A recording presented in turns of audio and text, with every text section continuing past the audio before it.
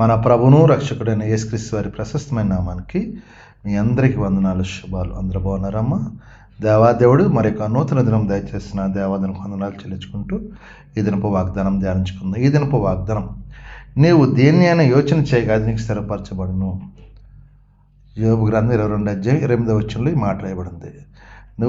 నీవు దేన్నైనా యోచన అంటే ఆలోచన చేస్తే దేవుడు నీకు స్థిరపరుస్తా అంటున్నాడు. నీవు వెళ్ళే మార్గంలో వెలుగు ప్రకాశింపజేస్తా అంటున్నాడు. ఆమేన్.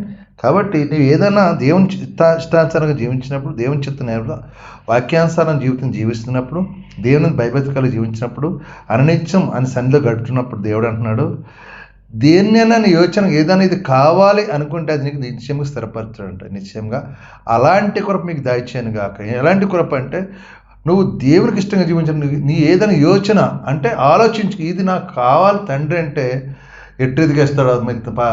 పరమ తండ్రి బట్టిదిగా మనకు దయచేస్తారు. కాబట్టి ఇది నాన్న, అది నీ ఏదైతే అడుగుతున్నావు ప్రభు సన్నిధిలో అది నిత్యంగా నీకు స్థిరపరచబడ్డే కృప దేవుడు దయచానుగా. ఎందుకంటే ఆయన ఇష్టంగా నువ్వు జీవిస్తున్నాగా, నేను చిత్తం నెరవేరుస్తున్నా, ఆజ్ఞలో గైగొంటున్నా కాబట్టి అది నీకు స్థిరపరచబడినగాక. ఏదైనా ఏ విషయంలో నువ్వు యోచిస్తున్నావో అది నీ కుటుంబంలో నీకు స్థిరపరిచే కృప దేవుడు దయచేయను గాక. ఈ వాగ్దానుడు ప్రార్థించే దేవుడు నిన్ను నీ కుటుంబాన్ని దీవించును గాక.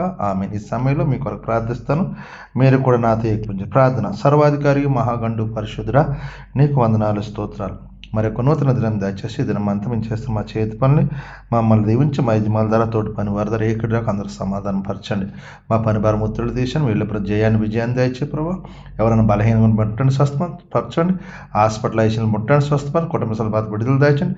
ఎక్కడ యుద్ధాలు భూకంపాలు కరు వాటిని దూరపరచండి. ఇరాన్ ఇస్రాయల్ దేశం యుద్ధం ఆపండి. యెరూషలేమును దీవించండి, యెరూషలేమును ఆశ్రయించండి. యెరూషలేము మీకు కంచి వేయండి, కాపుదలు దాయచమని అడుగుతున్నాను తండ్రి. నీకు వందనాలు. ఈరోజు పుట్టినరోజు, పెళ్లి రోజు జరుగుతున్న బిడ్డలను కూడా దీవించి ఆశ్రయించి కృప చూపించమని, మీ కృపలో భద్రపరచు. మీకు మహిమ ఘనత ప్రభావం పొందుకుని యేసు పరిశుద్ధం అడుగుతున్నాను తండ్రి. ఆమెన్. అందరికి వందనాలు. దేవుడు దీవించును గాక. ఆమెన్.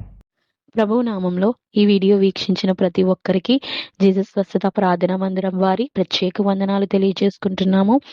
మరి ఇంకెన్నో సందేశాలు, వీడియోలు, సంఘ కార్యక్రమాలు మీకు అందుబాటులోకి రావడానికి పక్కనే ఉన్న సబ్స్క్రైబ్ బటన్ని ప్రెస్ చేసి బెల్ ఐకాన్ని కూడా ప్రెస్ చేయాల్సిందిగా కోరుకుంటున్నామండి.